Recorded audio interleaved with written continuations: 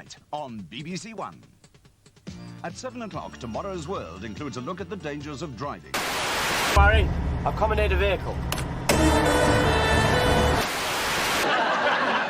The old trick, eh? Eat the telly before I get a chance to nick you.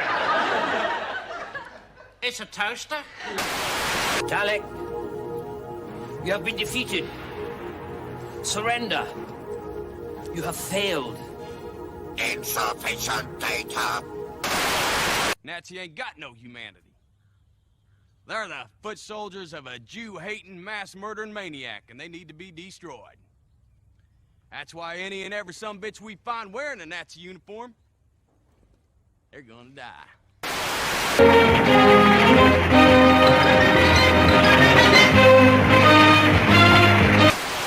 Is this world protected? But you're not the first lot to have come here. Oh, there have been so many. And what you've got to ask is, what happened to them?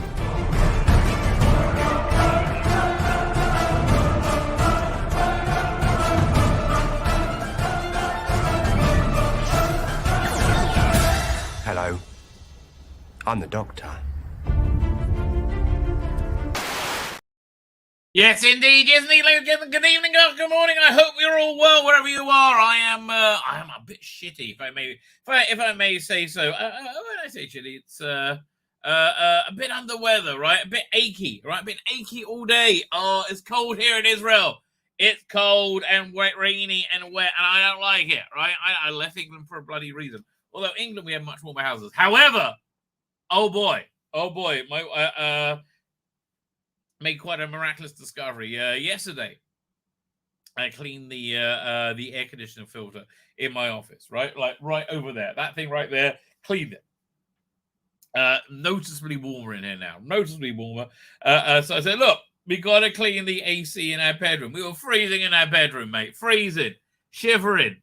Undercut, like, 2 blankies, hot water bottle, the whole thing, right? And yeah. And like you wouldn't get out of bed to pee. It was that bad, right? Well, it was getting there. It's very cold here, is what I'm trying to tell you. And then my wife said, and I said, no, we got to clean the filters. So my wife did that, right? I came upstairs and I found like scraping this crap off the filters. What a difference it made, right? That might be what made me sick. Like having too much heat in my bedroom last night. Oh man. But maybe I was just reveling in being warm. But I was like, I just miss that. I grew up with that in England. You had nice warm houses. Like we talked about yesterday at Central. However, things just went crazy in a whole new notch. This is insane. 1 second. I need to stir that. Now where's my spoon? Here's a spoon. Man, I got it all going on over here. Look. I think the cat knocked this off and shattered it into a billion pieces. My Blade Runner, PK, whatever, Decker's gun. I've got the double barrels, right? I love that close up of it, right? When he's like stalking Roy Batty at the end. So it's a little bit beat up now, but that kind of works for Blade Runner. But my cat knocked it off and it was broken into a million pieces. I just accept, I can smell the glue, and I'm like going. I was never into glue, right? That was never a high that in any way appealed to me, right? Really, genuinely, never appealed to me. I always wanted to try like heroin and stuff like that, but I was too scared, frankly. But that did really. And don't do drugs, kids. Paffy. Don't do drugs. But so I never did heroin, but I was always intrigued. Did I stir this? I took the glue off to stir it. Now, I'm giving it the stir right now, okay? Give me the old Lebetkin shuffle. Anyway, things just went to a whole new level of crazy, right? Oh, that's it. The sweet kiss of coffee. Oh, we love thee. We love thee. Let me count the waves. I noticed my daughter had got left in the kitchen, right? This big bag full of light. First, I thought they were red lights. These little red lights. I'm like, what's she got these red lights? Now she's a teacher. I thought maybe it's some kind of teaching thing she's developing, right? And I looked closer. It said LED lights, like lots of them. hell's going on? What the hell's going on? So that I asked her about it later, and there's all this other shit as well, charges. I'm like, what? Hang on, what's all this? So apparently, I didn't know this, right? But it's a thing now, right? But in Israel, we're getting ready for war with Lebanon, right? And the thing people are scared of is attacks on infrastructure. So they're saying people prepare to be without electricity. Well, some say for 3 days, some say for 10 days, some say for 7 days. I'm like, oh, Yvette, really? I like more insane shit. More insane shit, right? Like, just, I don't know, 2024, baby. It's been a crazy month already, right? Like in politics, not in Doctor Who. God, boring ass in Doctor Who. By the way, the Doctor Who magazine 600.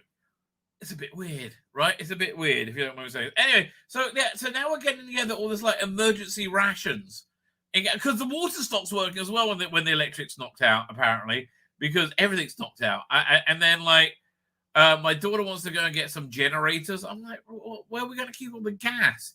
And how are we going to protect the gas from the hoarders? Have you not seen Mad Max? What's wrong with your child? Why are you not like? Oh, I guess that's we got to develop those cars, right? Because that's what I'm talking about. They got to run. They'll be able to think. Well, we've got to have gas on hand as well. And that'll be petrol for you there in England to run the generators, but also to charge your phones.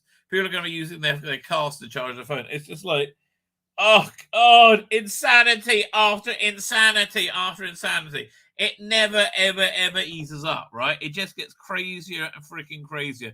Fortunately, you know, there are upsides to these this degeneration of society. There's more to take the piss out of, right? I mean, that's really the first thing. Did I download this thing? What does it look at? Hang on. What's this? No, we'll look at that in a minute. That's fast. That's like we're definitely going to want to look at.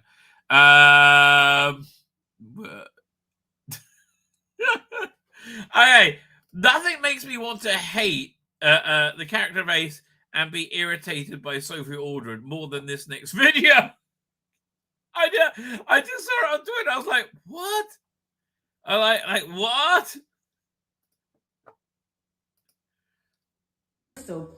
And I'm Sophie, and I played Ace in Doctor Who. We've just had an amazing chat all about Ace's badges. Head over to YouTube if you want to see it. In the meantime, Sophie, can you give me... What is it about Crystal D that is so freaking annoying? Like, what is it? I can't work it out. Or Christy D. I can't... first he kind of like weaponizes her sexuality, like a little bit, which they all bloody do now. And then... 3 highlights. Big highlight, Blue Peter. Come and find out all about that. The other one is, why do I like camels? And the other one is, let's have a look. Oh yeah, what does this stand for? Make sure you go and watch the video because it's Ace! So I find Sophie kind of charming, but that's because I kind of grew up with her. But I tell you, put Christy D in anything, you're like, oh my God, I want to shoot myself in the face. And I don't think that's what you want for your front person, right? To elicit desires to shoot yourself in the face, right? And this is speaking of somebody in wartime who's preparing to not have a leg. Oh, by the way, if I'm offline for a bit, that would be why. So there's been quite a few Hamas parodies going around, which I thought have been quite funny. There's this, doink. The fish, the kitchen will be clean, okay? Okay. Salam alaikum. Nice to meet you. My name is Muhammad, obviously, and I am the social media manager of Hamas. Welcome to our office. Let's go. Every morning we start... This might be real. This might not be parody. In the roulette room. Amir, how many people died yesterday? 43,954. Great. Nobody checks us. It's really nobody does. They give those statistics to the UN, and they say, "Oh yeah, no problem." The UN, who are indistinguishable from Hamas now, right? UNRWA and Hamas are completely intertwined to be the same thing. That's the UN. What's it called again? Is there any new news on that? Hang on. They're looking like they're coming close to a new hostage deal. So the Pentagon official said that they don't want to see all-out war between Israel and Hezbollah. Well, yeah, me too, seeing as I'm like there. Anyway, back to this guy. Reliable. Post it. Do you want something to drink? There you go. In the past, there was Harlem Shake, Ice Bucket Challenge, Bottle Flip, but today the trend is to shout, Free Palestine. Hello, sweeties. What meaningless words did you learn today without knowing a bit of history? Zionist propaganda. Okay. Genocide denier. Wow, amazing. Now we all... Zionist propaganda. I mean, that's really what they say when you give historically accurate information. Zionist propaganda. Oh my! I educate yourself. And the other Holocaust denier. Yes. I'm also a pink elephant denier as well. I deny that there are. Why do I deny there are pink elephants? Because there aren't any pink elephants. But the Israelis are doing the pink elephants. I thought it was the Holocaust, the genocide. Organize a rooftop party for you, Gaza style. Wow. Gaza style rooftop party. That's so amazing. Go. You're the best. Free Palestine. Yeah. Free Palestine, free Britney. All the world's a stage, William Abu Shakespeare. And this brings us to the theater and drama room. Come. This is Gigi, this is Bella. Today they are filming a new video. Action. More. Cry more. Your daughter. And you know, I hate to tell you, that is not an exaggeration at all. I'm going to show you some examples of that in a minute. Your baby is hurt. Oscott. It's a wrap. It's a donor. Our cyber room. Their job is to annoy people with stupid comments. Most of our bots are from Pakistan. You need to be more creative with your comments, or I will fire you, okay? She killed more children than all of us together. That's what's her name, right? I don't know, but she lost all her contracts. In Hamas, Muhammad, we have to release the hostage.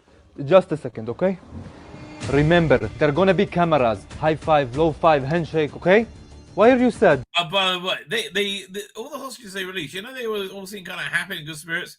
That's because they jacked them up with drugs before they gave them back, right? So that's why they're all happy and smiley. They're all off of their bloody faces.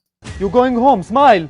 Yalla, tal. Oh, here they are. They came back from school. Say hi.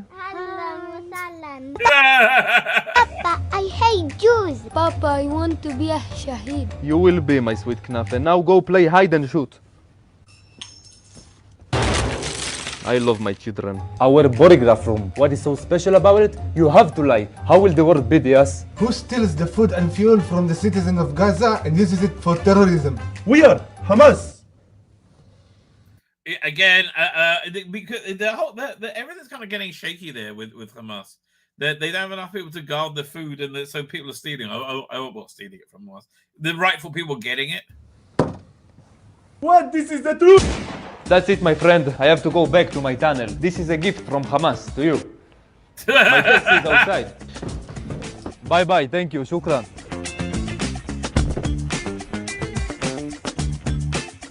Yeah, and they had hospital. So yeah, the people are getting really pissed off that Israeli soldiers infiltrated a hospital dressed as doctors to take out a terrorist cell planning a October 7th style attack. And they said, well, how dare you, Israelis?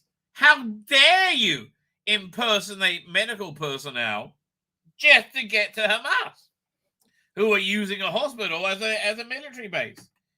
Well, didn't you say it's wrong to pretend that hospitals are they're really military installations? Well, you just done the same thing. No, the reason they went there was because their that's where the Hamas people were. I mean, I think Gaza has something like 30 hospitals, right? And Israel has 8, right? Israel with a much larger population has 8. Why do you think that is, right? Why do you think that is? Anyway, here we've got VFR Doinkles next. Yeah, this is talking about the many fakes that they put out, right? And I don't know what to tell you. I keep seeing people say, now at last the Israelis have been exposed for the genocidal murderers that they are, right? But I think it's more the Arabs have been exposed, but for being like I don't think anything has exposed anyone more than October 7th. Like, I take Philip Morris, for example, right? I thought very normative guy went on this, like, it's still on his Twitter feed. It's like Jew-hating slander after Jew-hating slander after Jew-hating slander after the Israelis. They eat the babies' heads in Gaza. It is a genocide. Well, why are they all still alive then? It's a genocide for fucking Hamas. I mean, that's for sure. But which is, I think, their problem, right? Because this is a genocide for Hamas. I just saw Owen Jones complaining that they're flooding the tunnels. I'm like, oh, is what is going on. So this is about the they talk about the fake videos in Gaza at the moment. Now, there's some footage that's been doing the rounds. I think we can play a little bit of it, but I do have to give you a warning. This is graphic content, but there's some footage from ITV. They were interviewing a man, a Palestinian, and then he was later shot, it's claimed, by IDF forces. Let's have a little watch and a listen. Then this happened. Yeah, again, and we see this all the time on the news, especially BBC. The interviewee had been shot and fatally wounded.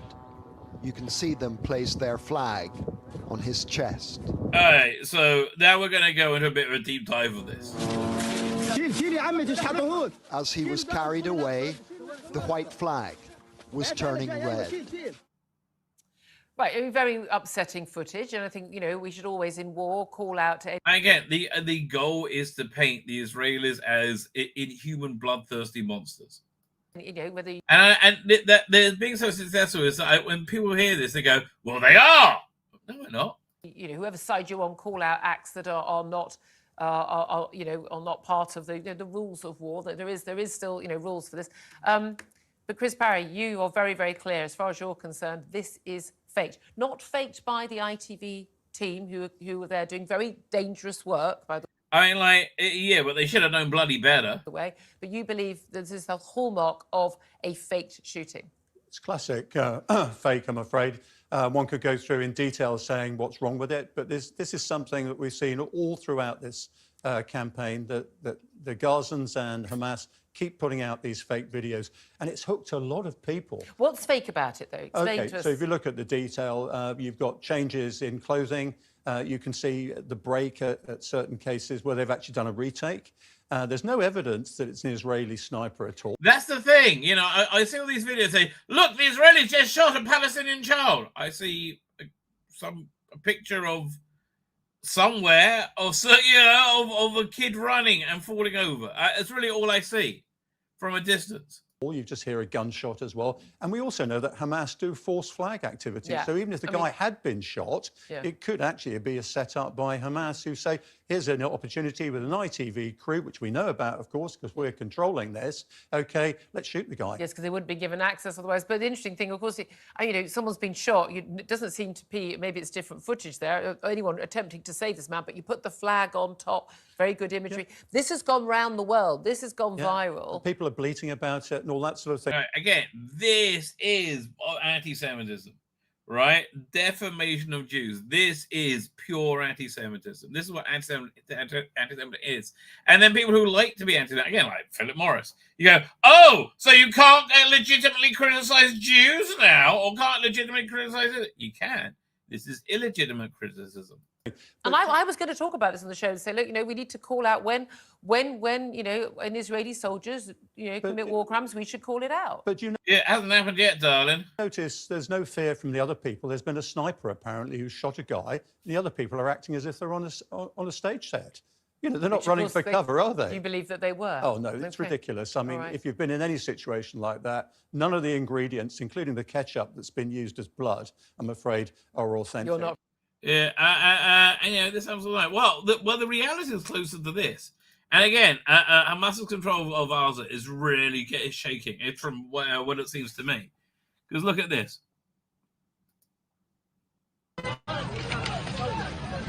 So this is a Hamas storehouse where they didn't have enough guards to guard it anymore, and people broke in, right, and were able to get the food.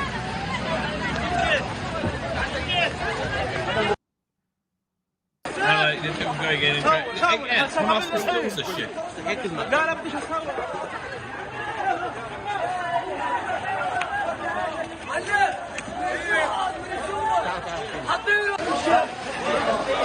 I wonder if it like what is that, rice, you think?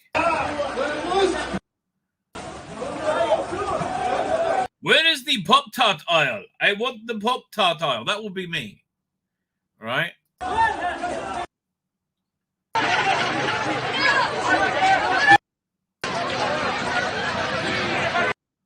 This doesn't look recent. It's freaking freezing and raining now. So I don't see, like, is this really as it's been presented to me? Because it doesn't look recent, right? This looks like the middle of summer. I don't know what to tell you, but this looks recent.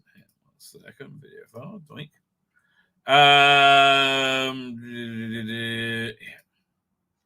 Now this I know, like, secondhand goes on. My son tells me about this stuff all the time, about giving aid to the Gaza.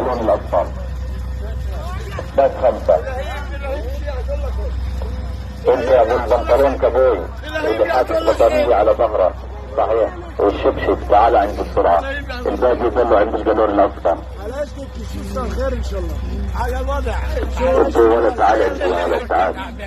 Yeah, I even heard somebody, was it Owen Jones of the world, I can't remember who it was, complain that Israel was part of their plan for Gaza was to rebuild it with foreign money.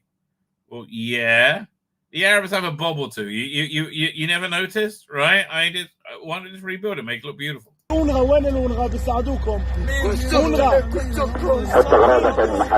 think I got the translation of this. They're saying kill Hamas, get rid of Hamas, essentially. Let me look at this other clip. I think it's this one. Here's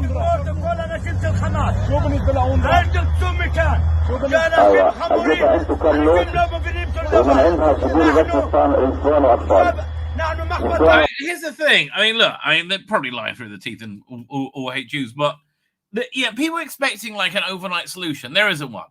Like, first thing we have to do is to demilitarize Gaza, demilitarize Hamas, which is basically destroy them, right? But the second thing, and far more important and longer task, is de-radicalize. And I say this all the time. That means taking control of their media, their social media, right? And relentlessly pumping the message that Jews would much rather, the Israelis would much rather be friends. Right? Israeli Muslims, they live well. You can live well too. We can all be happy. But just like that's the only solution. Underground.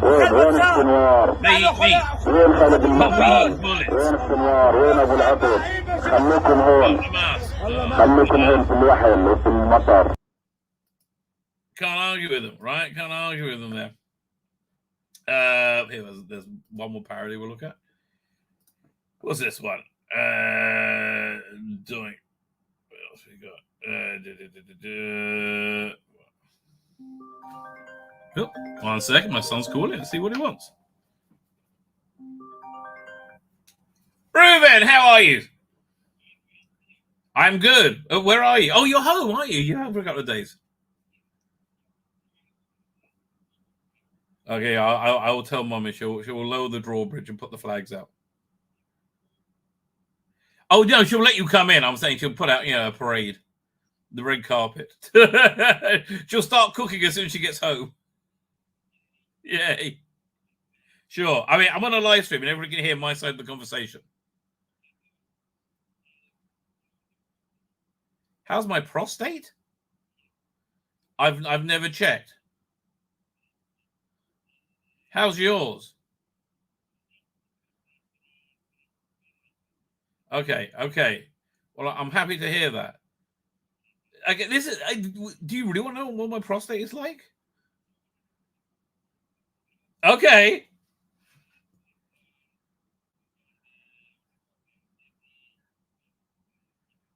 Okay, well, so Disney, right?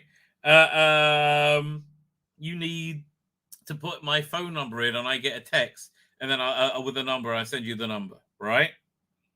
And then the other one, here, one second. Let me just wait. No, it's here. I'll tell you. Just got to turn my microphone off for a second. Okay, look, he's freaking in war. He wants to watch Netflix. Let him watch Netflix. Now, I'll be back in a second.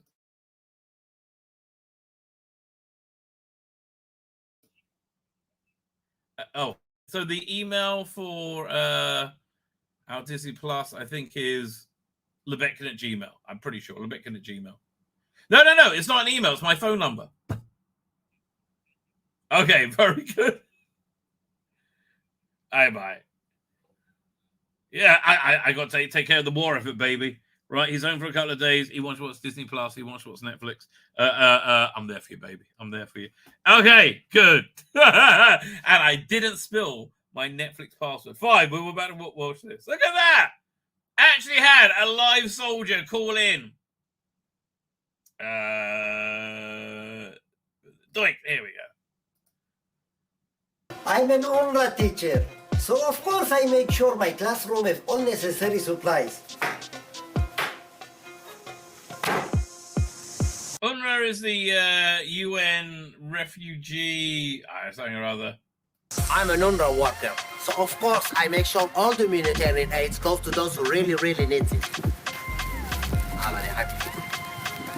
She's an 88 years old pregnant woman. God bless her. I'm an UNRWA teacher. It really is true. I hate to tell you this. So of course I teach history, biology, and English. You see, my struggle. Ya Allah. I'm an UNRWA worker, so of course I took a day off on October 7th. It's a national holiday. Come look at the video. You see? You see the one in running? This is me.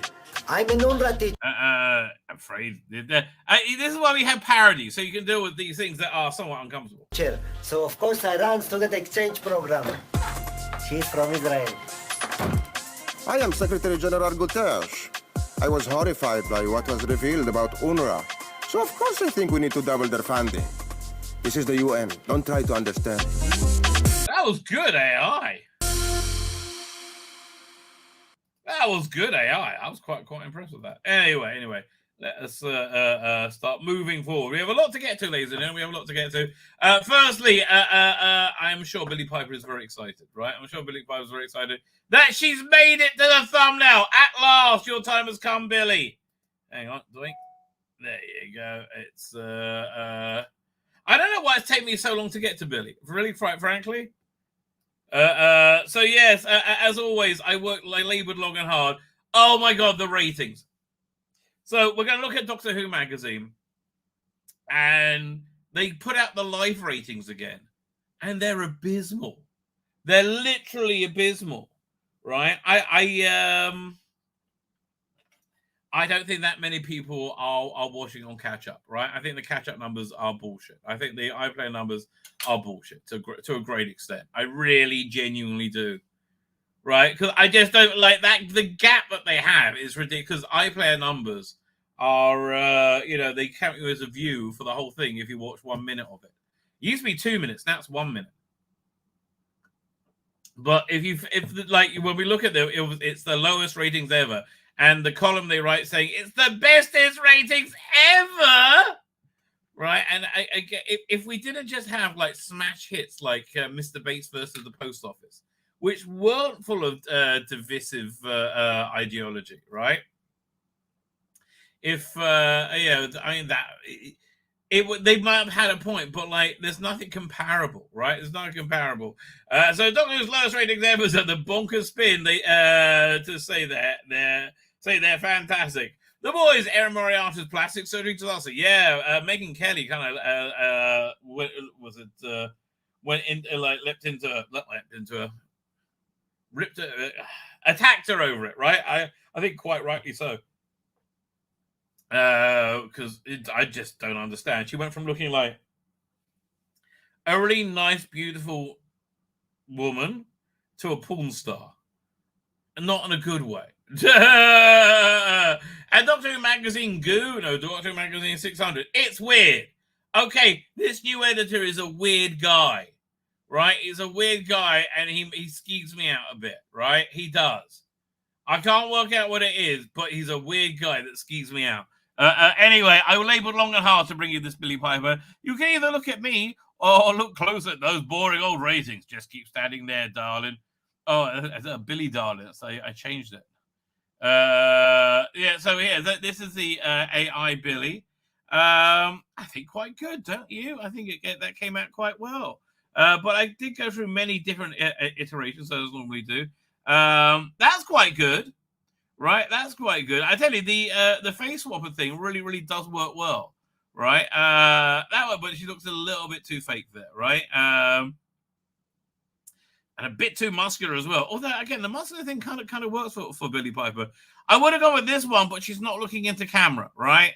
Whereas this one, there you go, looking right into camera, right? Even though she's got some weird thing going on with her fingers melting into her head.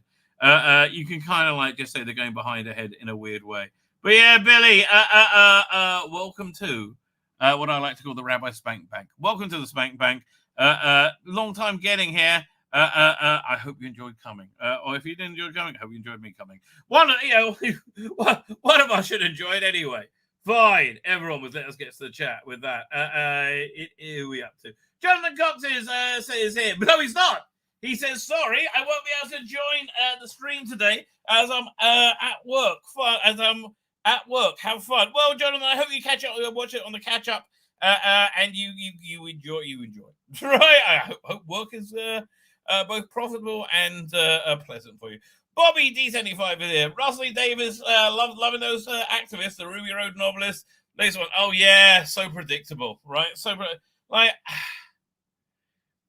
Clearly, she got the job because of her identity and her politics, right? It's as you can tell by that smug look on her face whenever she's pictured with the book. But look at me, like this is exactly the sort of person who talks about getting imposter syndrome. Like I shouldn't feel like I shouldn't be here. You think so? I mean, how many industries do they destroy? It's unbelievable, right? It's unbelievable how many industries these wokey weirdos can destroy without not thinking about not destroying an industry. Like, it's so bizarre, right? It's so bizarre. Anyway, although I say the YA novel world was really the first to go down, wasn't it? Yeah, and they reached a level where they could make enough to survive, but like stop all growth. That's basically what went down. Where am I up to? The OTS says the fact that an MP had death threats over siding with Israel makes me fear for the human race. Well, no, this is your clash of cultures that we warned you about for years. Again, look, the people, the pro-Palestinian people say, at last Israel has been exposed. But I think it's them that've been exposed. I really do. Right, it's terrible. Good old Billy Piper with a union colored bikini. She could extract the gay from a unicorn poster. I don't know what a unicorn poster is, but yes, Billy looking great, darling, looking great. You just stand there. Yes, me and Russell say the same thing. Colin Archer, how you doing, Colin Archer? Somehow I think Russell Davis finds anything about that pick of Billy good. Yes, he'll probably be aghast. Oh, the horrors of AI. They're going to take your job, mate. And you know why they're going to take your job? Because you've handed it to them, right? Because you've made yourself. We want to displace you. We want to move over. We want to and make our own, right? It's going to happen. It is happening. Dr. Alex is a great example. It's not going to be long before we can make our own TV versions, right? It's really not going to be long. I mean, I might have this Billy Piper in it. Someone says, yes, don't worry about the ratings. It's worse than Jodie's. It just shows how stunning and brave the Eki man, Rusty David, or Eki Thump. He is stunning. He is brave. Oh, Eki Thump. Yes, indeed, Sword Rangers. Darren Evans here. Did I say anything? I don't know. Gareth Morgan's here. True Archer. What's True Archer? Oh, Colin Archer. She doesn't have a schlong. Nothing exciting about that image from that. It's true. Russell likes people with schlongs, be they boys or girls, right? He's very supportive of both. No, it's not a real gun. It's plastic, right? How was that? I'll put it back out. It's plastic and it's very. 1 second. It's very. It fell on the floor, broke in a million pieces. I got to touch up the paint jobs on it. You can see like a bit over here, right? But yeah, this was like a limited edition. Yeah, see, there's a bunch of places I got to touch up. Like it fell on the floor and it got shattered into a million pieces. But this is Deckard's gun from Blade Runner, right? One of my favorite parts of Blade Runner, right, was when Roy Batty first you have a close up of the gun, right, and against the wall as in the last reel when Deckard's stalking Roy Batty in the derelict apartment, right, and you see the close up of the barrel and suddenly boom, Batty comes through the wall and grabs his hand. Right, takes the gun out of his hand and dislocates two of his fingers. Says, "This is a Sora." Ah! Yeah, this is a wrist. And then he gives him the gun back. Right, I just love all that. It's one of my favorite bits in genre of all time. Oh, so cool, so incredibly cool. Mr. Declan Hyde is here, Mr. Guy. Philip Bogart is here. How are you doing, Philip Bogart? Ethan Buckholder. Late did I miss the family? Oh no, you probably heard my son. Well, my side of it anyway. Krista D. I remember her as part of the 5 Who fans when she. I remember her as part of the 5 Who fans when she did the fan show. I know. Who's the butch lesbian? Well, that'd be Sophie Aldred and well, at least she dresses like it. Christy D. Right? She doesn't look that butch to me. She looks like she thinks she's butch. But she does look, she's not there. But review it yourself is aiding review yourself. Are you coming on Sunday? I haven't contacted you. That's pretty well. I should really do that. For Face of Evil. Man, I love the Face of Evil.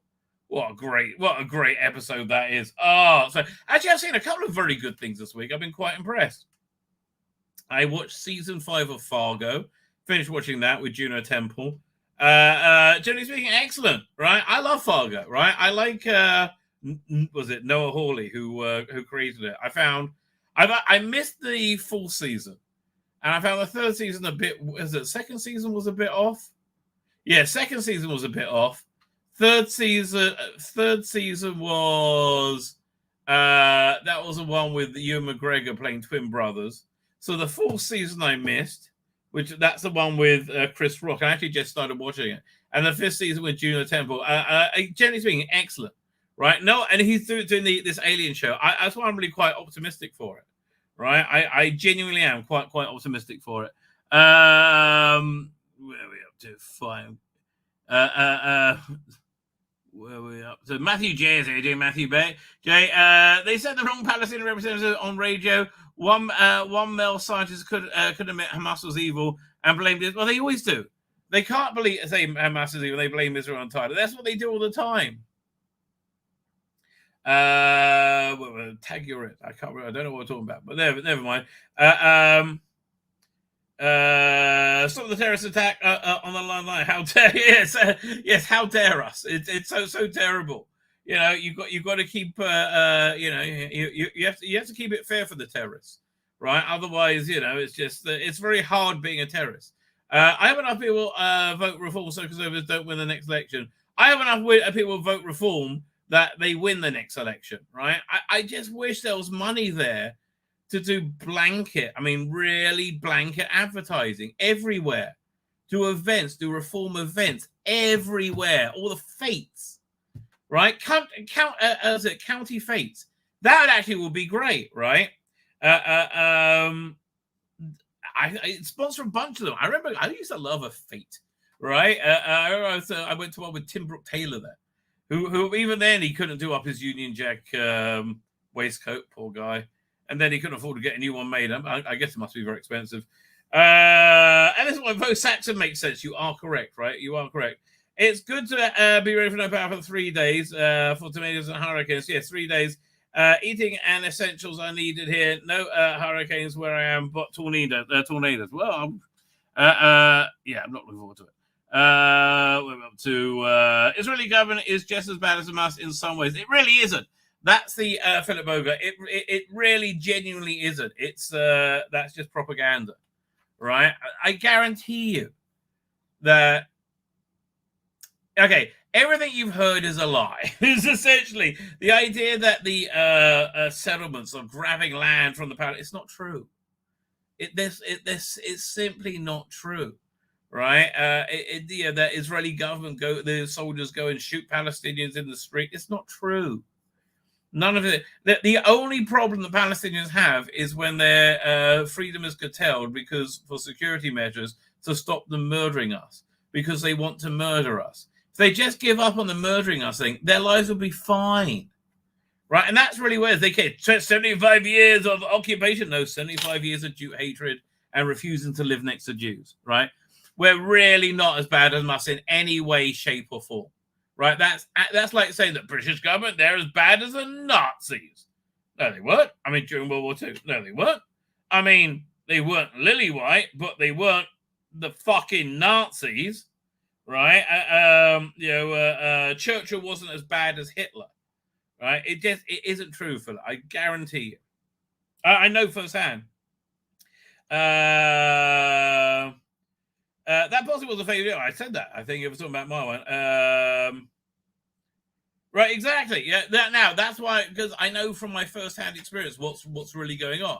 Like, my kids talk to me, and they tell me what's happening, and we all know what's going on. All right, so yeah, and it's not genocide, me. Oh, do you have any idea how many more civilians would be dead, and you wouldn't give a shit if it was Arabs versus Arabs, like happened in Syria or Jordan right now or Turkey? Yeah, like they kill so many more civilians, so many more children, right? They kill so, and nobody gives a shit. The truth is, Palestinian lives don't matter.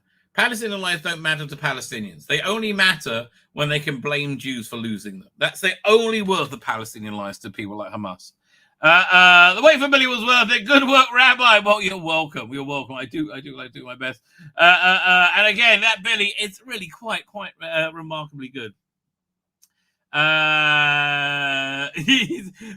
Rita Davis is against everything in the flag. That picture includes the British flag. He used to love England, right? I used to love the British flag. But he got taken over by the woke mind virus. Which is really sad, right? Which is really sad. Raymond Williams asked me about the Screen Rant article about Stephen Moffat. I was going to read that tonight, as it happens. As ever, his favourite paedophile DJ said. What would happen to the BBC if everyone refused to play the license? Well, that's basically what's happening now. They tried to somebody suggested turning it into, instead of a TV tax, they call it a house tax, right? That means you've got to pay for it no matter what. No, right? No. BBC don't want to come as soon as $9.99 a month is less than £120 a year, and they're getting $167 a month from the majority of the not a month, $167 a year from the majority of you said British public. Yeah, and here's the thing. They know their woke bullshit won't be able to go down if people have to pay for the service. Right. You make EastEnders, that's something people want to watch instead of like getting pitifully low numbers. Right. Then you're in good stead. Like, the BBC up until 2005 could have launched a streaming service with their content, and they could have killed. They would have been huge. They would have been great. But they just put ideology over everything else, right? Fine. Let's look at this first story. It's all about putting ideology over everything else. The big story at the beginning of this week was the death of Big Finish. It's going down, baby, like Titanic. Not so much, but look at it. And look, go look at my channel. I very much said, yeah, I believe this completely. right? I did believe it completely. It really, really matched my prejudice. I heard from somebody, very involved in production of Big Finish. No, it's bollocks, mate. It's absolute bollocks. It's doing fine. The counts always look like that. You just don't know how to read it, which is true. I don't know how to read it either, right? So, and then and then this week they've released so far announced three new box sets coming up, right? Which was my main reason I believe they didn't. Everything seemed to be not happening, right? Although still not anything about the Dr. Ruth box set. Wouldn't that be great if that doesn't come out? But yeah, let's look at. We saw a whole bunch of new things coming out. What's the what was the deal of the week I just saw? Big Finish Classic. I mean, how many of these things are there? Sarah Jane said, nah, it's not worth it. All right, how much is it? 50% off? No. Oh, you get the full thing for $15. Even so, yeah, it really this was really skippable, right? Genuinely skippable. Talked to another postcard from Mr. Colchester. Whatever. Tortured one sale. I like Tortured one. Let's see how much things are. What's the one rule? Yeah, we put the oldest first. Sort by oldest first, because I only listened to the first few of these.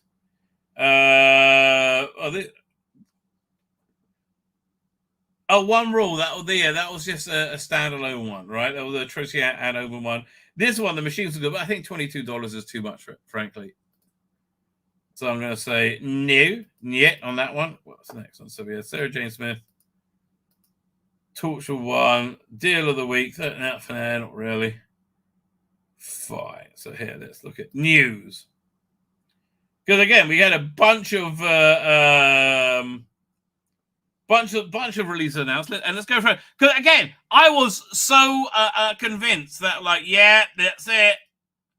The time has come to say sayonara. So, they're doing more Jake Dubman 12th Doctor? Oh, that's weird. Why?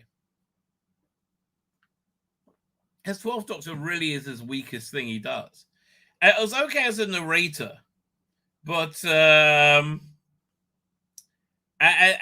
when he's playing the character, it was an utter failure, right? It was an utter failure. Which is it's a shame that Kabaddi will have nothing to do with Doctor Who ever again. I do like that cover though, although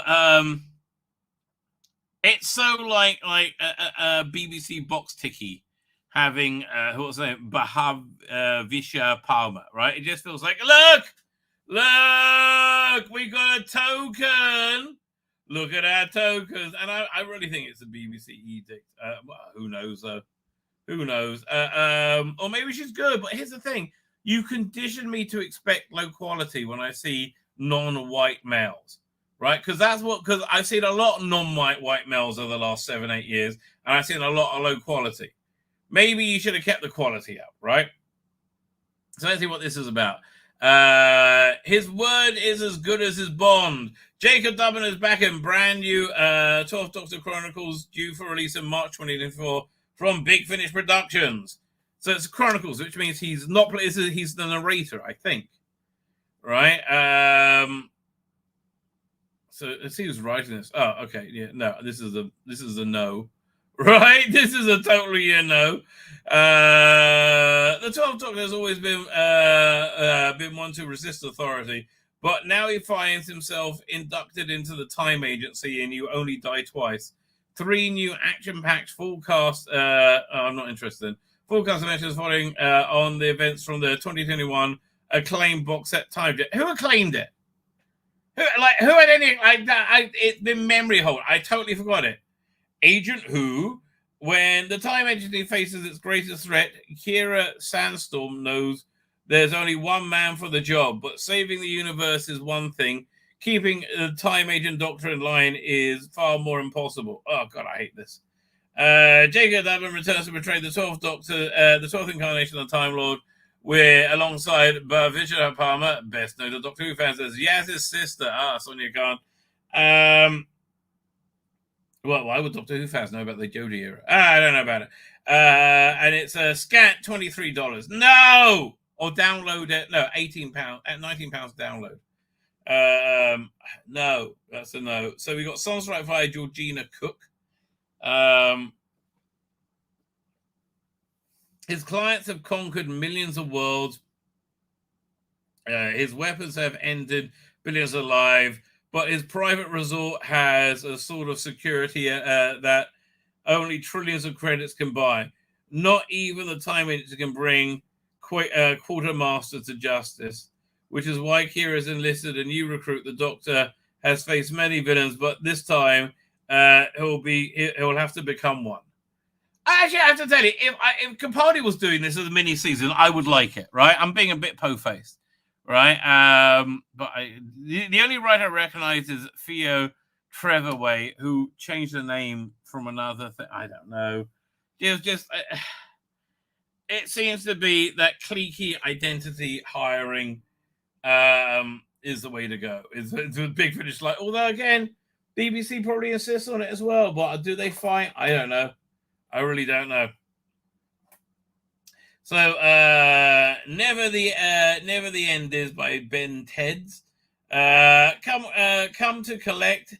Everyday pilgrims seek absolution. The Basakha of Marizel, like the painter who sees impossible things, or the stranger who remembers people he's never met, or the time agents trapped in a town that time forgot.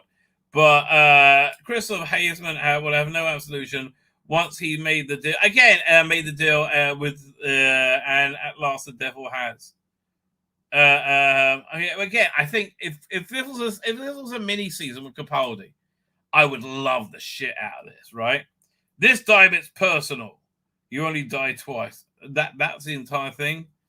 So we got is it Jake Dolan? Yeah. With each go at the 12th Doctor that Jacob Dolan gets is stronger before. I really don't think so. Right? When was this film? When was this recorded? It was recorded December 1st, 2020. So this is the latest recording thing, right? Yeah. This doesn't look good. How big is the cast? It says there's a full cast audio drama, and there's only two people listed. How big is it? Let's look at the cast of Time Jacked. How big was that cast? I bet it's about the same size, right? I can't believe this is financially viable. That enough people buy this that it will break even. But okay, if they make it, they make it. Then this is coming out with, this is the third. Yeah, this is the third of the Sontaras versus Routons. I like the way they're doing very different TARDIS crews. So first we had 8th Doctor Chris and Charlie, and then we had the 3rd Doctor Brigadier, which is a more normal one, and now we got 6th Doctor and Charlie. Right there again, it was it was a good little era. I did enjoy that era. And generally speaking, the first one of these Sontaras versus Routons was very good, right? So this is one for March, but that's not a new announcement. This one's a new announcement, right? And this is why I really thought the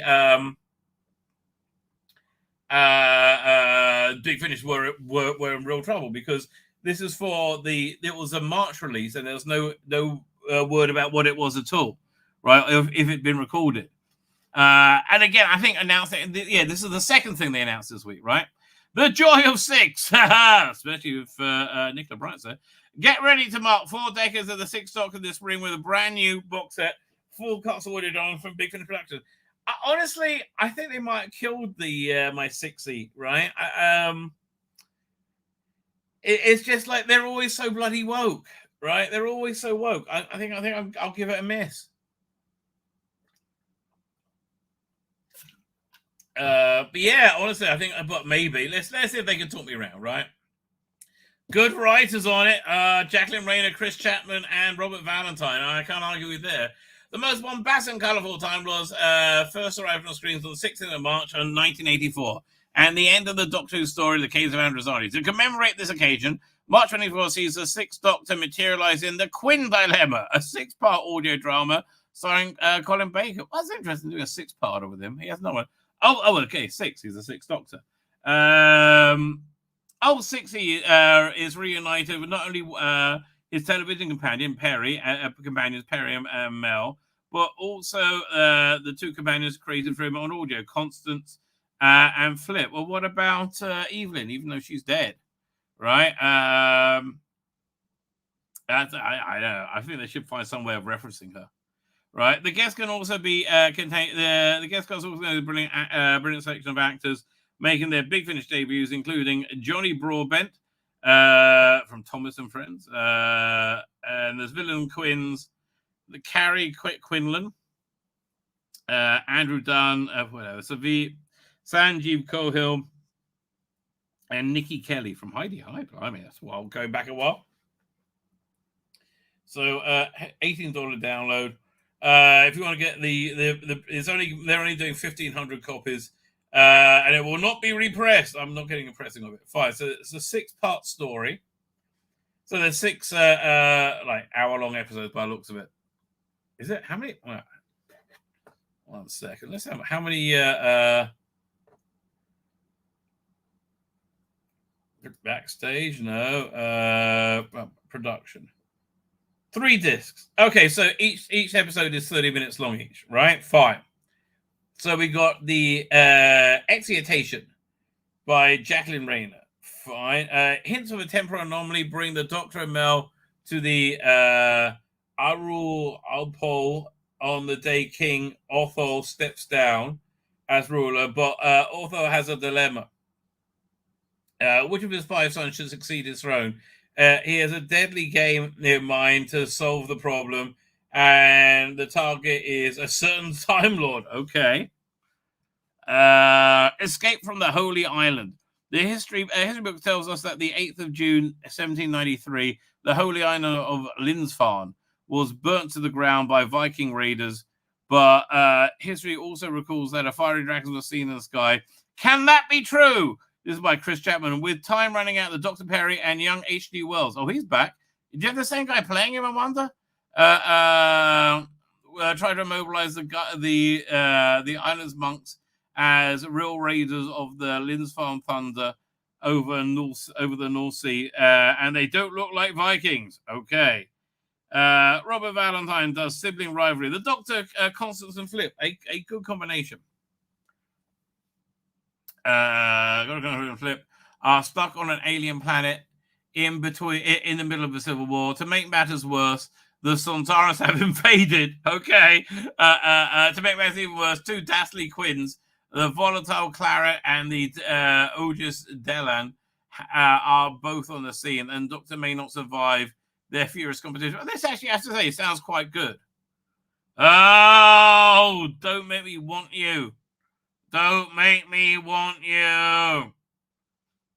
Children of the Revolution, with their plans causing havoc, the wicked Quinns, Clarence and Dillian are at loggerheads, but their schemes of Sontar and Barrymore,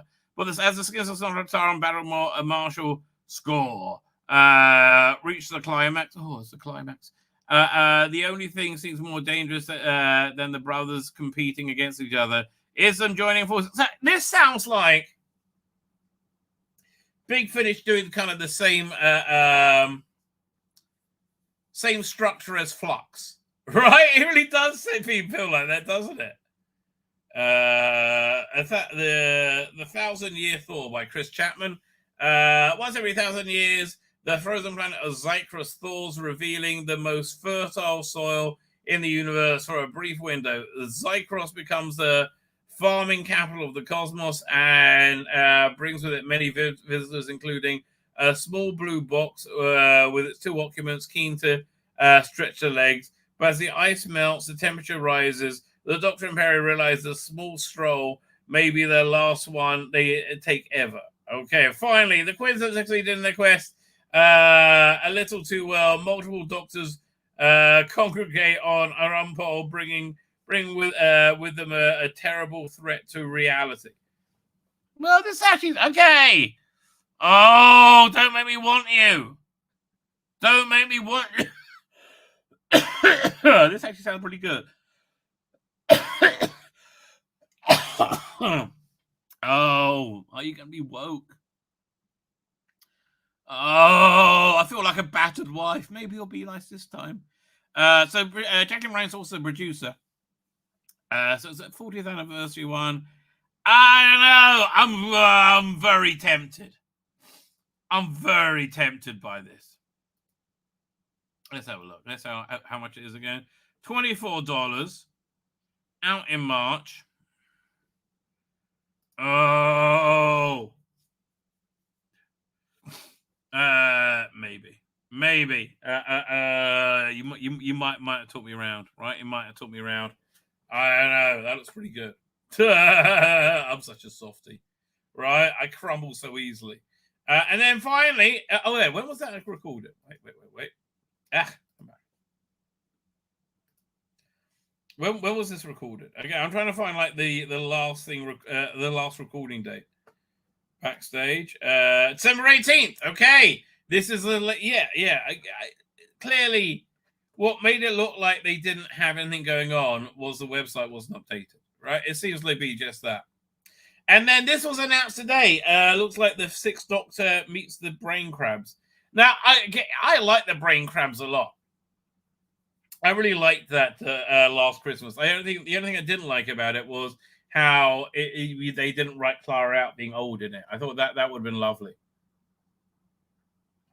Poignant, right? And I think that would have made his second season much stronger, right?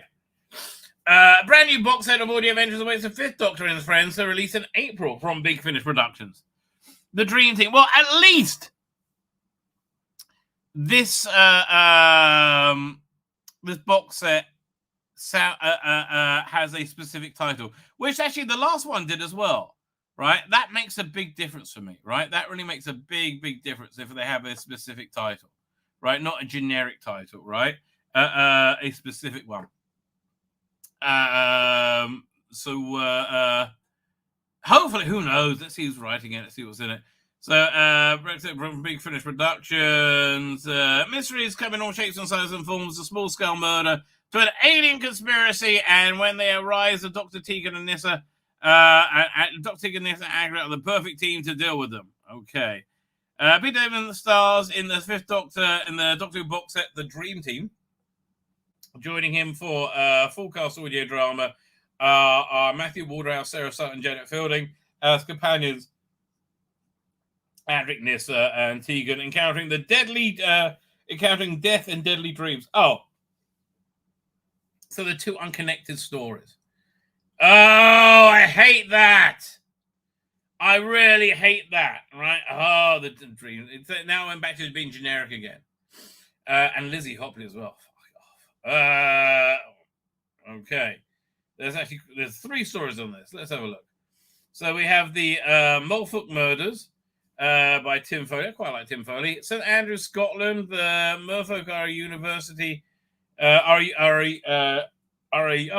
a university society meeting through the summer to discuss murder mysteries, innocent escapism during wartime. They say their latest book, the casebook of Orion Hood, whose hero is all too familiar to the Doctor. When the real life murder, I'm not interested. I'm out already. That last one interested me. This one doesn't at all. When a real life murder occurs after the gathering, the Doctor's friends encourage him to investigate. Is one of the Merfolk responsible, or was it described as a result of espionage or envy? The Doctor must embrace his dear stalker once more, and so not interested. A dream team. So this is a 2-parter. Welcome to the Concordium, the one-stop destination for the elite and effective corporate bonding. Lizzie hopefully talking about how much she doesn't like corporations while she adores corporations.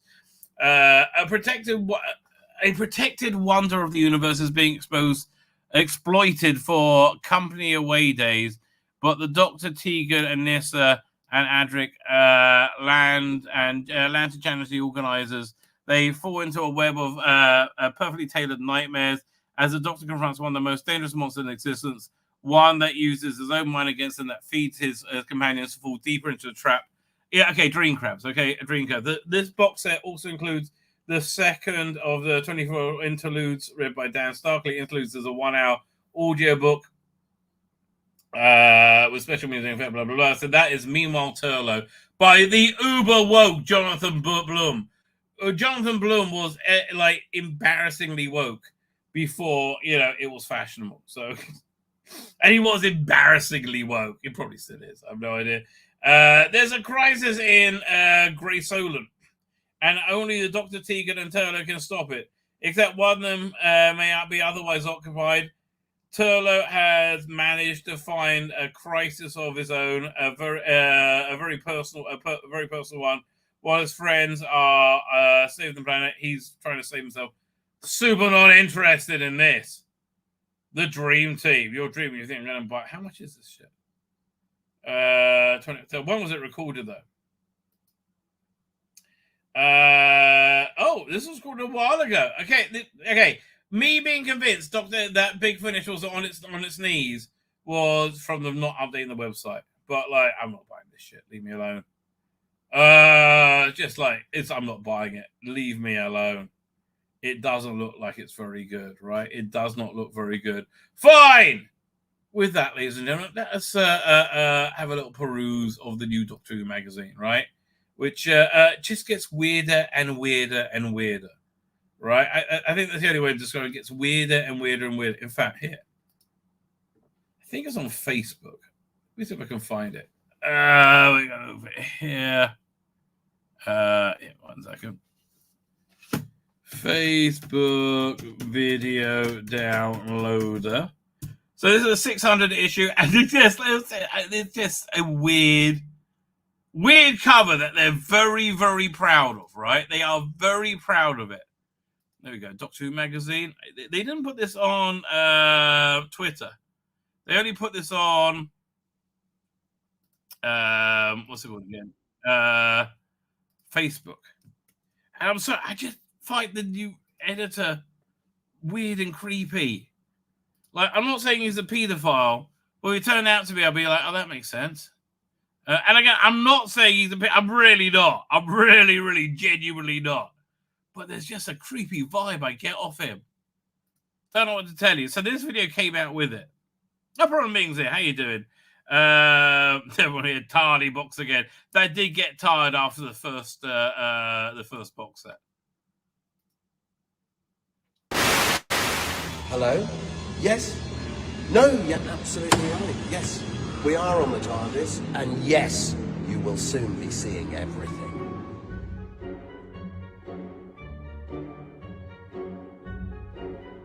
So they're very excited about this cover that they did, which I don't tell you, it's not that impressive to me. I mean, it looks like there's a shit ton of work involved in making it, and they should have had a few interns to do it.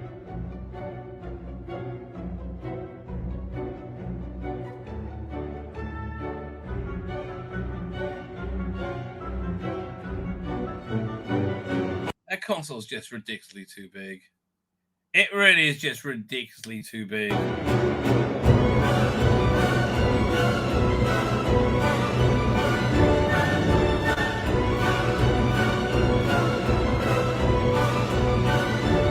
They're reading issues of it when it was good.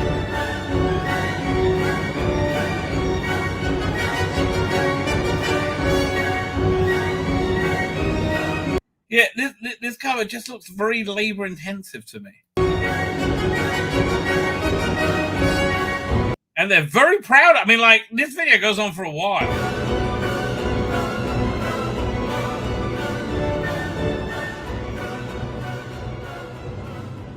Every single issue of DWM ever.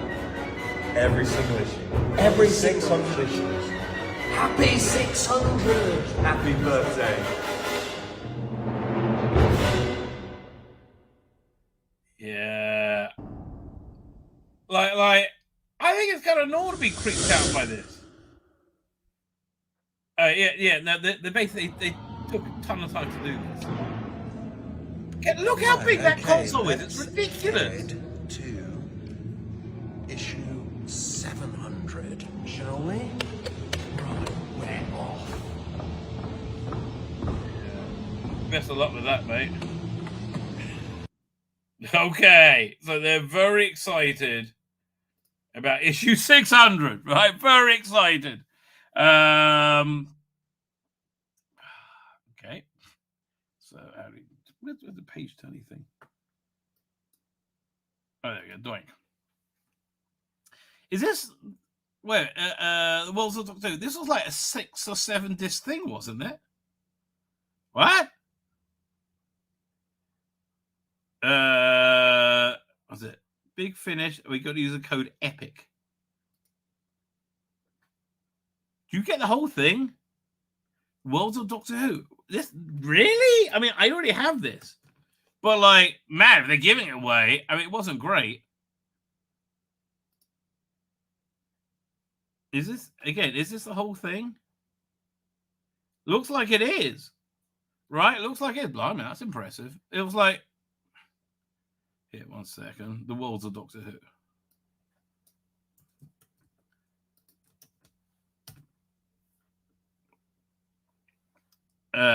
Is it just, do they get the whole thing, or is it just, I don't know. How many discs is this? It is 222 minutes. It's like, 6, 12, 18. Yeah, it's about 4 discs. Okay, that's pretty cool. I would go and gobble that up if I was you, right? I remember it being quite good, as I recall. Not stellar, and there's a reason they stopped doing them. But I remember being okay. Man, they are so freaking up their own asses about this sodding cover, right? Yeah, I understand. It probably took you a day's worth of work, right? I get it. Should have hired a few bloody interns. Like, it's just bizarre. Like, don't be up your own arse so much, right? Oh, for God's sake. The second season of the shooting cut were as the Doctor will be back in production. It's already back, and Millie Gibson being fired. Maybe they should have somehow covered that. I don't know. But the Leela and the Time War, that was good. Probably the best thing Pete Mateek has ever done, right? Probably the best thing he's ever done. Now, I am just one lone mind. I admittedly, I have a remarkable mind, right? A mind that defies any form of description whatsoever. But still, I always feel that, like, what's that? What's that show?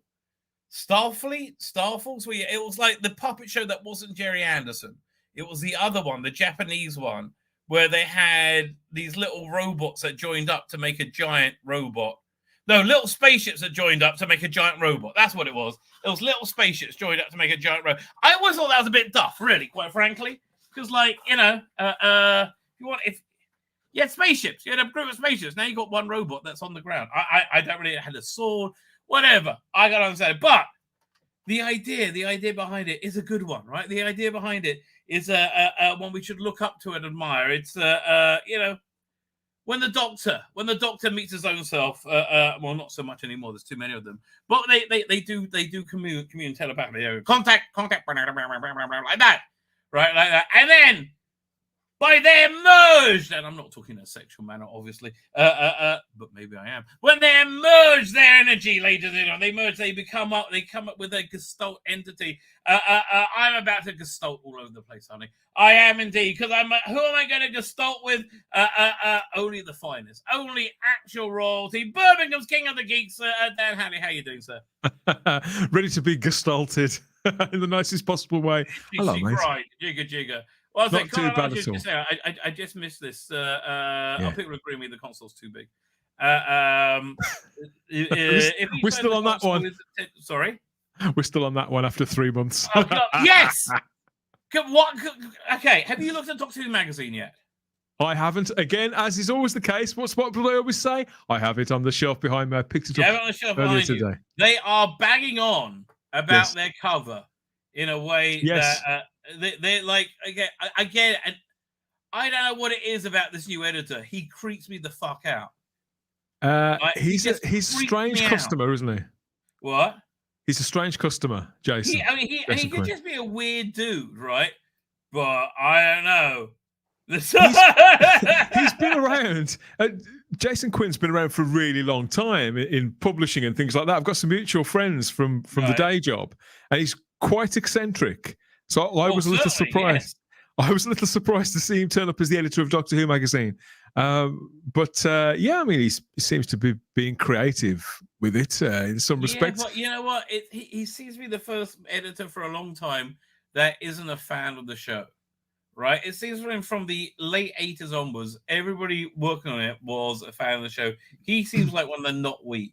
He seems like somebody who'll watch it and be like, I don't mind Doctor Who, but not a fan. Clayton Hickman was a fan of the show. Yeah, I don't know. Like I say, I don't know him. I just know of him, and I know he's seen as a sort of a steady pair of hands. Really, he's been in publishing for a really long time. I'm sure he is. Okay, I'm sure he is. Yeah, but like Russ knows him. Russ Leach, Russ, he knows him really well.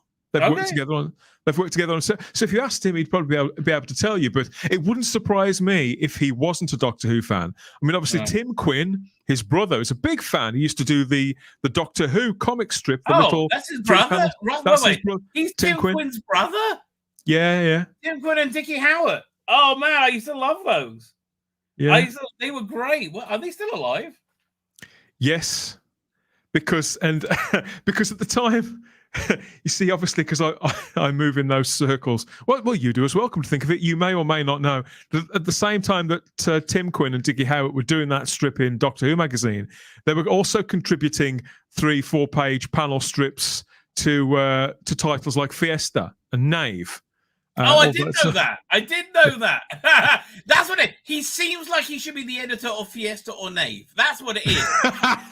He does. Now, ladies and gentlemen, if you don't know what Fiesta or Knave is, that's if you were if that's if it's slightly too low class to get parade. Okay. Yes. These are whack from England. Parade. Did you ever see the one Cheap Thrills that was only £1? No, I never saw Cheap Thrills. £1 coin. Yeah. It wasn't exclusive to Birmingham. No, it was a national publication. Gallifreyan Guardian this month is a little bit lackluster in that it's missing. I mean, it's got the Leela. This is old news now. The Leela and the Time War, which was very good. We all don't say that because I'm doing it on the show later on. It's news. It's still got lots of life to it. We'll be talking about it on Type 40 Live later on. it's like what, 3 weeks old? It's about 3 weeks old. Yeah. And it was probably one of the better things that we've seen. But there's no mention of Millie Gibson leaving. That was so not planned to be. That was so not planned. I think that's a new picture of Shooty. I don't think I've seen before, but he does look like he's just been caught. Yes. He looked like he just wiped his mouth. I got from the showrunner. We'll find out what wokeness is Russell's getting up to next. Yes. Why would you get rid of Millie Gibson? I mean, like, honestly, the thing that works best about your production, like, by a long way, it's I suppose we have only seen an hour of it. She may end up being not very good, but I'm certain. No, she was good in the hour we saw it. It wasn't. I thought she was good as well, and I mean, we don't. I don't suppose we don't know anything categorically, do we? But I think the fact that we'd heard rumours that she wasn't functioning well on night shoots, that it could be as simple as that. Maybe we'll find out again, like we've been saying about Eccleston for 18 years. Maybe we'll find out one day. Maybe we'll get a book like the Life and Scandalous Times of John Nathan Turner. I love that book. Yeah. Are people going to be saying that they love the TARDIS ramp, which I just found cringe and embarrassing? Went down well with Tharis. He's very pleased about that. Oh yeah. It was his idea, so they picked it up from one of Tharis's videos. He's very proud. It must be a good idea. Yeah. So on the huge YouTube, we have Shooty Gut was showing off his Sonic. Who is Mrs. Flood? By the way, Mrs. Flood, right? People were saying it's Millie Gibson, right? No. I'm sure you remember at the beginning of the episode, she saw the TARDIS. It's like, what's that doing there? I've never seen anything like that in my life, right? And at the end of the episode, she tells Millie to get in the TARDIS, right? You want to get in, and looks in the camera and says, "What's the problem? You've never seen the TARDIS before." So something happened in between the opening and the close of that episode. Something happened for her, yes, that we haven't seen yet. Right. I think a lot of this season is going to be told somehow. I think he's trying to do the same sort of thing that Moffat did with not the Weeping Angels. What was it? Where Matt Smith's first season, when he ended up walking backwards for his own timeline, that was really good as well. Oh, I can't remember. That where it was. Was it the when he went into the crack. Oh, we've all done that. Yes, but he went into Amy's crack. He had a big smile. I can't quite remember. Neil Patrick Harris thing. I don't know about Doctor Who. Are you watching? Are you watching a thing called what was it? Criminal Record? It's on Apple. No, I mean it does look decent. I suppose. I saw the first episode. I was like, meh. It's the kind of police thriller that I usually wouldn't give a passing thought to if Peter Capaldi wasn't in it. Let's put it that way. Exactly. The there's also, they just started a new show called Master of the Air, which is kind of like Band of Brothers for the Air Force in World War II. And apparently, shooters in that from like the middle of the season onwards. I've seen the first 2 episodes. That was very impressive. This I want to see a loving tribute to all those who connected the world of Doctor Who that we lost in 2023. Oh, I thought it was a lovely tribute to Sid Sutton, which I would have really loved to have seen. Yeah, those are the things that Toby Haydock puts together, aren't they? The reels of everybody that's passed away. Okay, so this was going to be my headline story. Oh, Tim Quinn and Dickie Howard. I guess that's why it's here. They're back. Oh, look at that. They're back for issue 600. So the ratings, right? They put the live ratings in. Okay. They're awful. Look at them. Let's have a look. 2.41 on Christmas Day. Look, I'm sorry. The 7-day ratings came out 10 days later. They seem really suspect. They include anybody who watched it for a minute or more, I think. I just don't think they're legit. I think this 2.92 seems much more legit to me. Well, these live ratings that we get now, I forget. We had this before, didn't we? Because this is another thing. These live ratings are something that only came to light about 3 years ago. And it was it was with the Legend of the Sea Devils. Yeah, that's right. Yeah. Now you mentioned it. So, because we didn't realize, did we? We assumed that the overnight rating, the overnight ratings aren't in here, are they? They've been rolled into the 7-day rating, which does make a certain amount of sense. But seeing it next to this new figure, this live rating, which is obviously lower across the board, I mean, I'm tempted to kind of discount the thing is, all of these figures, it's all well and good, but I think we've also not got to forget that this is to be judged against the entire TV landscape of the time. Not what people were watching 15 years ago, what they're watching 20 years ago, and certainly not what they were watching in the 70s or the 80s is irrelevant. When you put that extra column of data there, it can't help but those are shockingly low figures. But then again, are they comparative to other things? I haven't seen these figures before, so that I feel like I can comment. But the right comparison to make will be Mr. Bates versus the Post Office, which wasn't woke. Right? I don't know. It was a compelling story, and it got 12-13 million overnight. I think it will depend on. Having looked into this quite a lot in the last couple of months, I'm not saying that you or other people haven't. But I've noticed that how and why Barb classify the things as they do. Something like, I don't know about this post office drama, but I would be interested to see which night of the week it's actually on, which time slot it's in, and which category it falls into. Some people have been dunking on Doctor Who with the Gladiator ratings and ratings for The Traitor, which are technically classed as their game shows. They always got higher ratings. Yeah, light entertainment traditionally does. You know, with the Mr. Bates drama. So I know so little about it. It's not fair for me to say.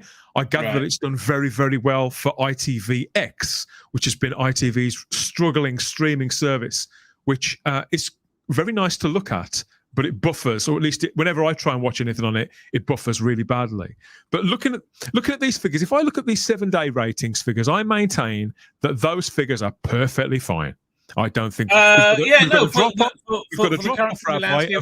agree with you. We've got a drop off of 400,000 viewers in between the episodes over 4. That's pretty insignificant, all things considered. No, yeah. I agree with you. Would I like them to be higher? Of course I would. Which Doctor Who fan wouldn't? But it is what it is. They're no cause for alarm. They could look better, but they could look a lot worse. That's my gut. The full overnight is 5.08. So they're saying that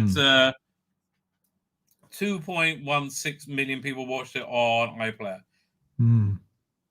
That sounds reasonable to me, actually. See, I had no idea that. I mean, to think that, and this is opening it all up a little bit. We've got nearly 70 million people in Britain officially. There's probably closer to 80. But we've got 70 million people in Britain, and how many people? Probably about 30 to 40 million people, households, pay a license fee, and yet only 2.5 million of those people are watching. I'm not just talking about Doctor Who, but the average drama. Putting it in the context of what they're. But the trouble is this: why does the BBC not want to switch to being a streaming model? Because then they've got to cut out their woke shit that nobody's interested in watching. Yeah, they've got to be commercial. They've got to actually program to the things that people actually want to see. Yeah, and they would rather die. Right? They would rather die. They would. Oh God, they're so into this cover. I get it. They spent all day scattering Doctor Who magazines all over this piece of shit new TARDIS console. The more you show it to me, the more I hate it. Okay, leave me alone with it. How many pages of this have they put into an article on their own cover? Oh wait. More than that. Wait, you wait and see. Right, you wait and see. Yeah. Church and Rebrode. Oh man, this Esme Jikimi Pearson is bad news, right? She's everything she appears to be. So what's this? Talk. We're to celebrate 6 years of history. Doctor Who magazine writers Jeremy Bentham, Richard Mazza, and Patrick Malcolm recall their most. Oh, that actually sounds quite interesting. I would be interested in reading all of this. Look at the bloke on the top right with the tash and the Lego man hair. Fantastic. Who's that? Somebody made the Silurian mask. What's his name? It says here. Dr. John Freelander. That's who it is. He's brilliant. I like him. I'll tell you, with the kerchief and everything. He looks like Pam Ayres before she had a shave. Brilliant. Okay, this looks like, again, for somebody like me, this is really a good magazine content, right? Yeah, this is nice. Pages. That's weird. I love that picture of Mary Tam in the Newcastle Brown Ale apron as well. Bit of Nuki Brown. Yeah, she was. Did you ever meet Mary Tam? No. She was drop dead gorgeous. Like literally. I mean, I saw her at a convention, but yeah. And was it Rhoda? Not Rhoda Munro. Yeah, the woman who's going to the James Bond, slinky actress, the femme fatale, who's Caroline Munro. Caroline Munro, that's the one who's going to be in the Johnny Byrne Doctor Who movie that was going to be directed by Leonard Nimoy, I think, if I recall rightly. Yeah, he was in the chair for about 6 months, wasn't he? Along with everybody else. Again, this is just really awkward because we know that she's gone. Yeah, isn't she? She's ever so beautiful. I mean, she really is. She really actually wonder what she could have done. Speaking of which, there's an article about her in the Sun.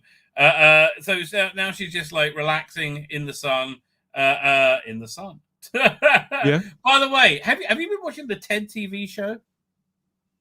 I haven't seen it yet. No. It's not bad. So they have a thing in today that says, you know, the song "The Monster Mash." Yes. Okay, so the song "The Monster Mash" is a song which is about a dance called the Monster Mash, which was based on a song called the Monster Mash, which is not the song The Monster Mash. That's quite amazing. I certainly remember the song. They used to play it at my school. I don't know why. Then we got the so this is a triple out the TARDIS thing. So these things are just fillers, right? So this goes on for 2, 4, 6 pages, right? Well, this used to be a lovely sort of fluffy bit of nonsense. Yeah, this that was they used to put. be a one-page little fun thing, and now it's like major content filling. So what's this? UNIT was once a top secret organization hidden from public view. Well, it had a big sign saying "UNIT top secret, keep out." Right? It was never like so stealthy. Now its latest HQ is proud towering above London, and will play a key role in the forthcoming Doctor Who. Simon Gurrier gets the intelligence on the striking new landmark from production designer Paul Sims. Okay, again, this is just more stuff I don't really like about the new era. It's scale over content. This is something that's wrong, I think, with entertainment in general. They go for scale over content all the time. I was talking to Alex Lees the other day about things that I've seen a few things I really enjoyed this week. Firstly, Godzilla -1. Have you seen it? No. Like I say, until I get an English dub, I'm not going anywhere near it. Oh no, you should watch it with the subtitles. It's better with subtititles. Because I'm not really a big subtitles person, right? I don't want. There's a couple of movies I've watched without subtitles, which I like. But it was so good that the character drama pulled me right through it, like really intensely. And it was all done, and it was all said subtitles. If it comes out on home media and there is no dub, but then I'll consider watching the subtitles. But for the time being, I just don't do subtitles. I can't. I think it's coming out next month. It is it's a sort of movie that should win Best Picture Oscar when the Oscars meant anything. It's really that kind of like epic, broad, and like personal scale at the same time. Okay, so this is the new unit base. You see, why the problem I've got with the unit base, I haven't the issues with the TARDIS console room that you have, particularly if it does end up being just a starting point. But I do have an issue with this. And to be honest, I had a bit of an issue with the way that it was depicted during the Russell T Davies era with the helicarrier and things. It's all. I think that there's no warmth to it. I like the idea that, the original unit HQ, it was hardly Porton down, was it? Pretty much, you got the impression that anybody, despite that sign saying unit top secret, keep out, that the milkman still probably knocked the door and dropped a couple of gold top Sarah down. Jane, who's a journalist, wandered in. Yeah, that kind of thing. So whilst I don't necessarily want it to be that woolly, I think if you're going to offer, for example, the idea that unit has now evolved to the point where it's got this gleaming monolithic style skyscraper headquarters with a helipad, then you should offer. So inside it should be decked out like an old gentleman's club, or like the offices were at Grace Brothers in Are You Being Served? Oh, now you're talking. There should be some sort of contrast and some sort of warmth, and most importantly, something distinctly British about it. Yeah, it lacks character. Yeah, you're right. It lacks character, and even more so, mate. Even more so because it lacks character. It doesn't feel like it belongs in Doctor Who. Right. And Doctor's all about character.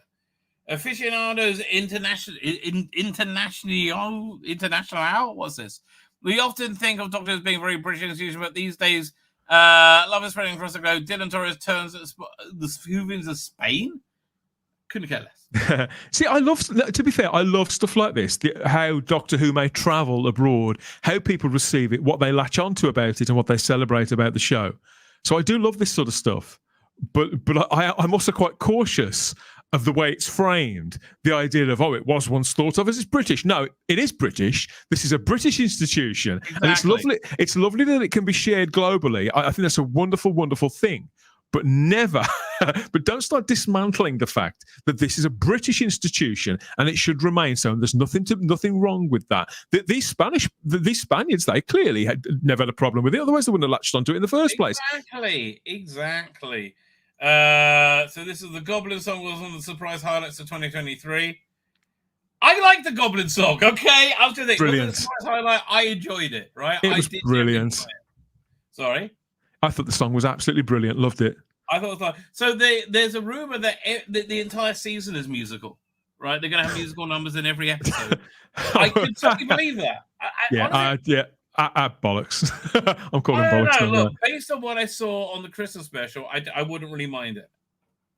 Yeah, I just don't think it's something they could do practically. I think it would alienate. It'd turn the series into something else. I'd be interested to see who's put that story into circulation. It's it's got a hint of outrage farming about it. It's as if to say, they're going to claim that Shooty Gat was going to spend the entire 8 episodes running around in his grunts as well. It's like, remember that thing you hated? Remember that thing you hated about the first one? Well, they're going to do it every week come May. Oh God! And it makes it's. I hate to sound like a stuck record. Jumping at shadows, outrage farming. Don't fall for it, everybody. There's no point in dreading the next 4 or 5 months. It'll be what it'll be. Look, I'm not optimistic, but I'm intrigued. I'm certainly going to watch it. My hopes are lower than they were in October. I won't deny that. Well, I think we all feel the same way. But I'm not going to fall into the trap of thinking the sky's falling either. Well, let's say it's shit. Does that mean the sky's fallen? Look, the thing about Doctor Who, it is I firmly believe it can come back. Right, I've said that so often. Right, I really think that James Bond, the Broccolis, are just trying to stall and wait out this era. Oh yes, yeah, they are determined because they will not compromise their IP. Right, they simply will not because they know that there's a company. This isn't the Marvel Studios. They don't put out 3 or 4 films a year. They put out one film every 3 or 4 years. They're happy to just ride it out. They're not short of a few bob. Although, again, it's not a problem. Look,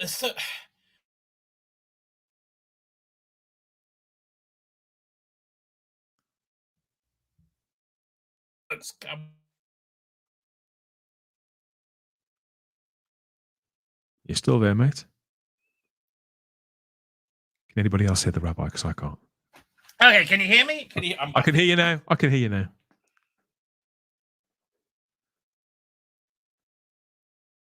Yeah, I am. So, yeah, this is a really boring doing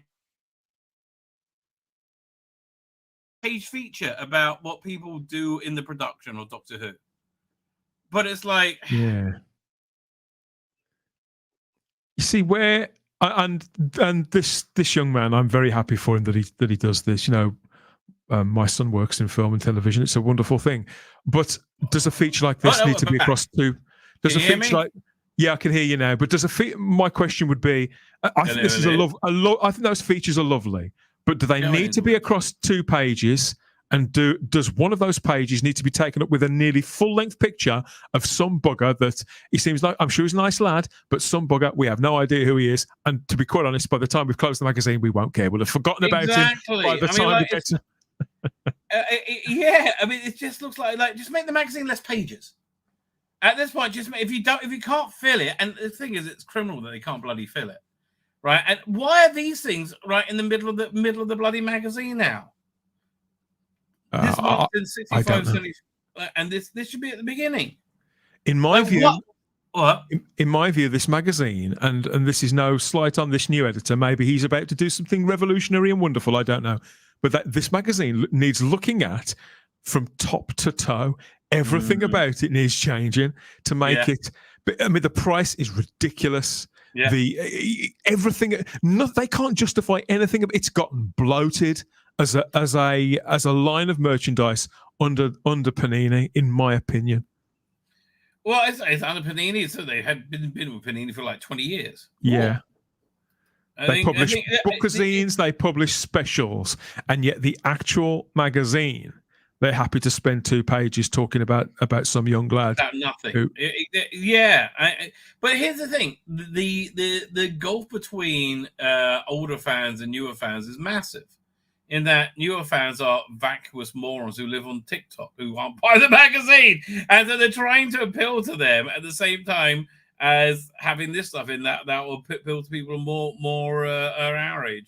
apparently, the young woman that they have chosen to adapt the Church on Ruby Road into a book. Apparently, she's very big on TikTok, Rabbi. Yes, exactly, and also she's like very, very, very pro Hamas and anti-white people. So. Yes, enough already.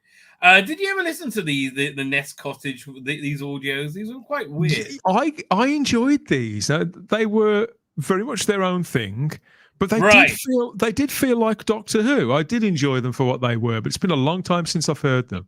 It felt like Doctor Who in the same way Death Comes to Time felt like Doctor Who. It was just a different person's take on Doctor Who. This was very much Paul Maggs. And look, the Tom Baker...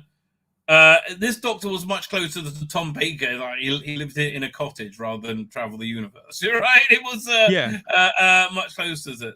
Who's doing the artwork on this? Why is Lee Sullivan still doing the? It just. It seems to be because Russell T Davies associates him as being the Doctor Who comic strip artist. No, they need to develop the next generation of talent. Right, they need to do the next generation. John Ridgway. I think Russ Leach should be on this. I'm surprised that he isn't. I agree with you. I think his work was actually better. I absolutely do agree with you. Planet of the Daleks episodes. Like, why is this split over two issues? Actually, something I might be interested in. Who's doing it? Alan Barnes. Planet of Daleks, I like a bit. I do like the beginning bit where he's freezing over, and Joe Grant's leaving her diary. You remember Planet of Daleks? Yeah, I've never been very keen on this story, to tell you the truth. Maybe it's better on the Blu-ray with the new special effects. I've always felt it was very. I think there's a lot of fat on it. That's the. Well, yeah. Look, this was Terry Nathan when he was like, "Yeah, okay, I'll just rewrite the Daleks." yeah. It's never held my attention. I think was it Barry Letts? I think they said that too. So what was it with Genesis of the Daleks or something like that? Said, like, well, it's a great script, but it was a great script when you first did it for us in 1963 and 65. It's the same thing again. Have you any interest in reading these books whatsoever? Oh, you have. You like the specials. Yeah, but would I read the books of them though? I'd be. Who's written them? It's James Goss, Gary Russell, and who's written the other one? Mark Morris. On the strength of Mark Morris, you're right. Yeah. I'd be tempted to buy them. I mean, firstly, I think they're a little overpriced. These should be banged out at $5.99. You should be able to buy them in every supermarket. They should be next to the Kit Kats. They should be sold again ideally for older children. I would probably. I like all three of these writers. Me too. I'm in no great rush to revisit these. No. In any way, shape, or form. But also, why aren't they developing their own visual look? I don't know. This is like the bad Peter Angeles filter. They should try and do something completely different, right? They make a unique, distinctive look. Well, I think I've spoken before, and I don't think he'd mind us saying, because he said when we interviewed him. And he said to me privately as well, Chris Achilleus, he didn't find this flattering at all. No, he this couldn't is understand. Yeah, he thought it was doing the artists a disservice. New upcoming artists were being forced to copy his style. And he found it a bit of a slight on him, because the way he looked at it was, if you want a book cover done in the style of Chris Achilleus, commission Chris Achilleus. Exactly. I agree with him completely. And I'm sorry, who's a big proponent of AI art, right? I like it a lot. But I do. Chris believed in art moving forwards, in graphics moving forwards, and he knew that his work was emblematic of a time, and he was happy that that tradition carried on and that people succeeded him on those book covers and that the line evolved. He didn't want to see them come back as things that were just trading on their past identity. This was the complete antithesis of that which Chris believed art should be. What I feel. Do you remember back in the 80s and 90s when we had a real fad of having these really nice painted covers for everything, for the VHS, for the Target books, and we were excited and they developed their own identity. And mate, I don't know about you, I didn't like all of them. There was loads. I thought, I'm not so keen on that, but they were full of character, and you got to see artists come through. Book over here of all the new Adventures covers, right? And it's mainly about. It's great. It's one of my favorite books. I absolutely adore it. Peter Elroy did a lot of those, didn't he? And they got back Jeff Cummins to do it, you know. And even though Jeff, again, that's another artist I've interviewed, Jeff doesn't rate his work on those titles very highly at all. But I think his attitude was they allowed him to experiment, which is not something that he got anywhere else. And so therefore he looks back on the time as a period that really helped him change as an artist and adapt as an artist. So it's really a really important line of books. Now, if you wanted to do a Chris Achilles thing, the thing that really worked is how he made the episode into a Splash comic book page, right? Which these aren't.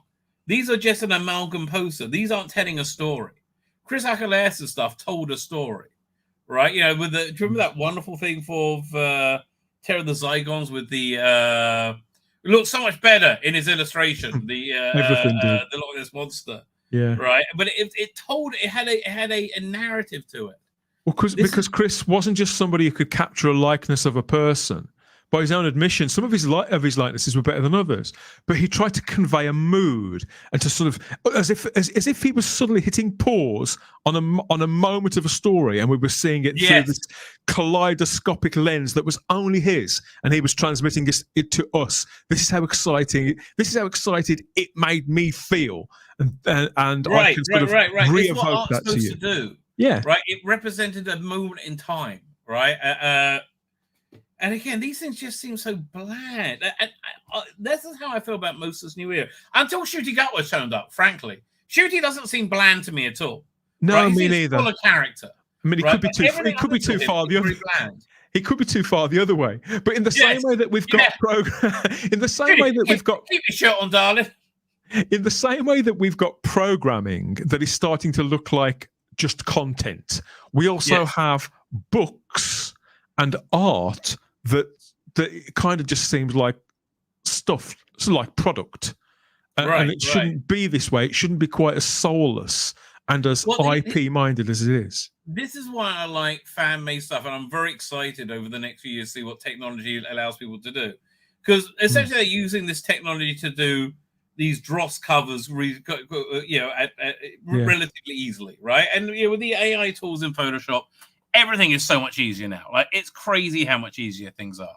But when you have somebody who actually loves what they're doing, right, and cares about that, I toot my own horn with this, but my Christmas audio story, right? There was just there's so much more authenticity in that.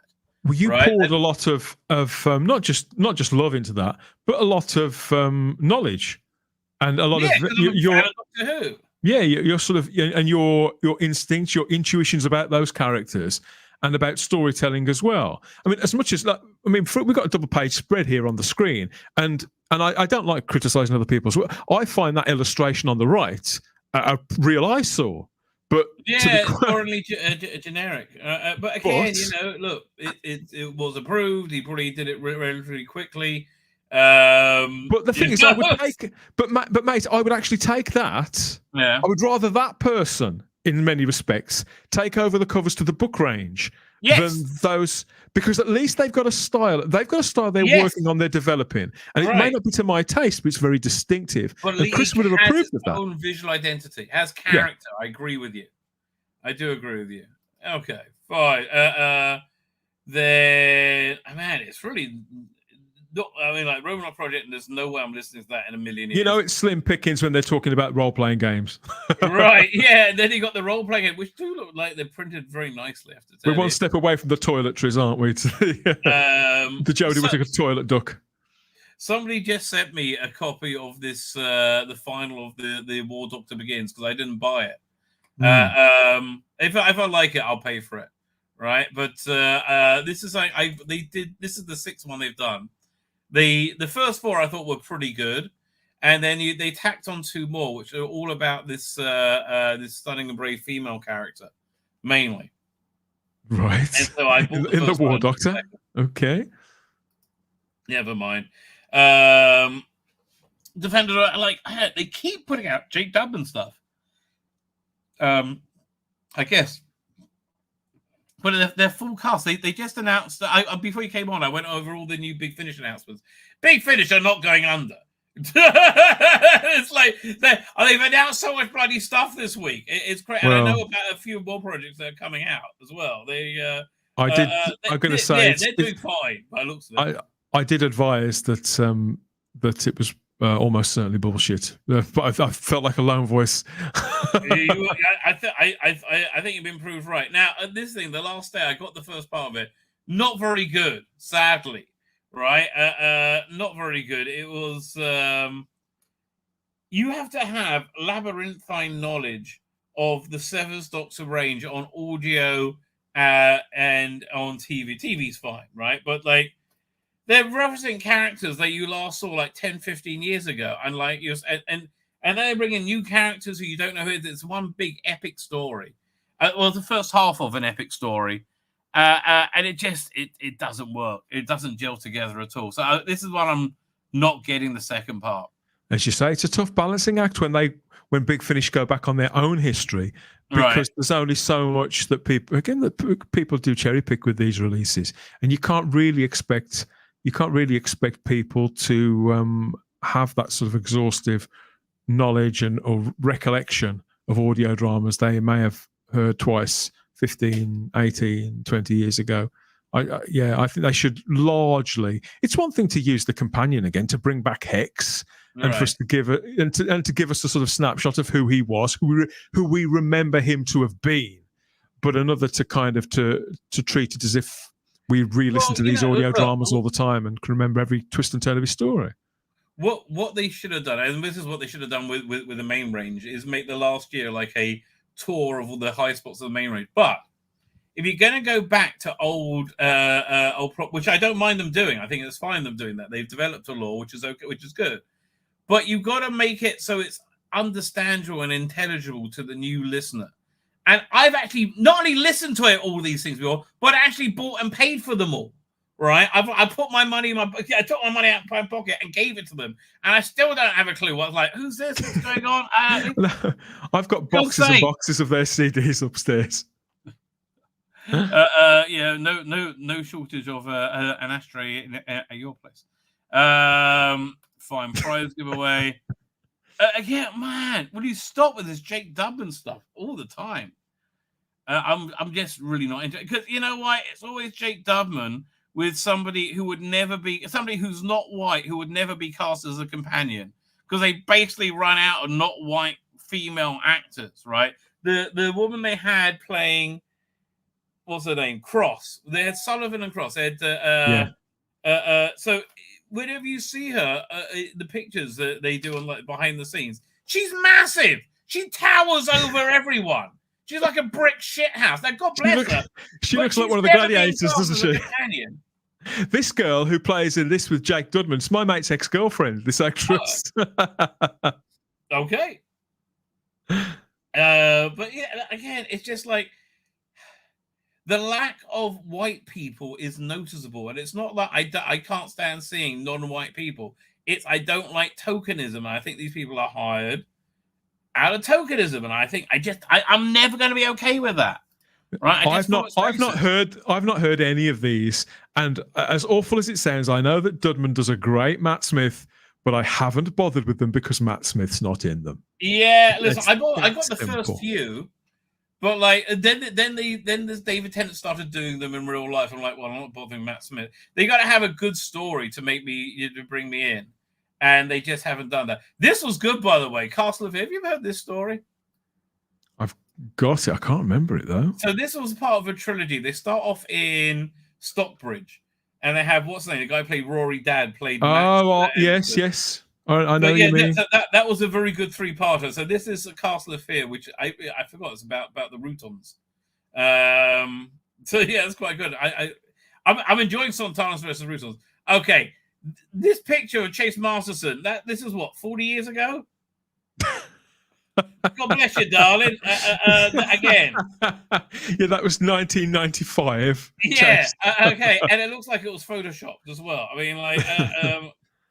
So here's the trouble. I would love to support this range, right? And get. I've still only listened to the first part of Nemesis Express, which was the last one. It didn't carry me through. Stephen Noona's one though, freaking awesome. I'm just starting part 5 of that. Really, really enjoying it. If only the rest of these ranges had the vision that they put into both Stephen's range and Tim Treloar's range. And also the second Doctor as well. Yeah, I like what they're doing with Michael Troughton as well. Yeah. They're across the other lines, they seem to have a very definite idea and grasp on not just the story that they're telling on that release, but kind of the flavour of the whole thing. Whereas those other things, they just seem like they're all over the bloody place. Yeah, they are. Although I'm looking forward to this. It's coming out this month. What's it called? Revolution in Space. These are generally quite solid. Ninth Doctor range, forget it. I'm so bored. And like, okay, why is the Ninth Doctor front and bloody center? Oh look! Oh, it's just a coincidence. She's a non-white woman. I understand. Yeah. Oh, for goodness sake, it's ridiculous. They've managed to turn the return of Chris Eccleston to the role into a total non-event in less than 3 years. It's extraordinary. I dropped out of it a long time ago. So, sufficient data. I'm not really into that. What's coming next month? Is it leap year this year? I didn't realise. 29th of February? I guess so. Bringing monsters to so fashion icons. Blimey, there's not really much there that I'm really interested in. That doesn't. Yeah. If I didn't have a subscription. Well, so wait a minute. It's very, very nice. But the first time we saw that picture was back in May. I know. So I know. So wait a minute. So now they've got some more bang. They have an extra magazine about the cover, right? What's this? Oh, so they. This is well, that's quite cool. These are the best covers they've had. Or how they choose these covers? The most monumental covers, maybe. I'm seeing right now. Okay, I think random sort of, but okay. Look, okay. Now this is so weird. Okay. Okay, if you're from the 80s, they used to have comic books that were there was Photo Love, that was the girl one, and Eagle when that came back. They had all these photo stories, which are much like. Look at this. This is just so weird. Look, Marco Polo 1 to 4, 5 to 7. There's skin ringing. I like that they're having fun with it. It's cute. But where'd it go? Come back. Oh, do you want my honest opinion about that? But like, but it goes on for a while. How many pages? How many pages are devoted to this? 6 pages.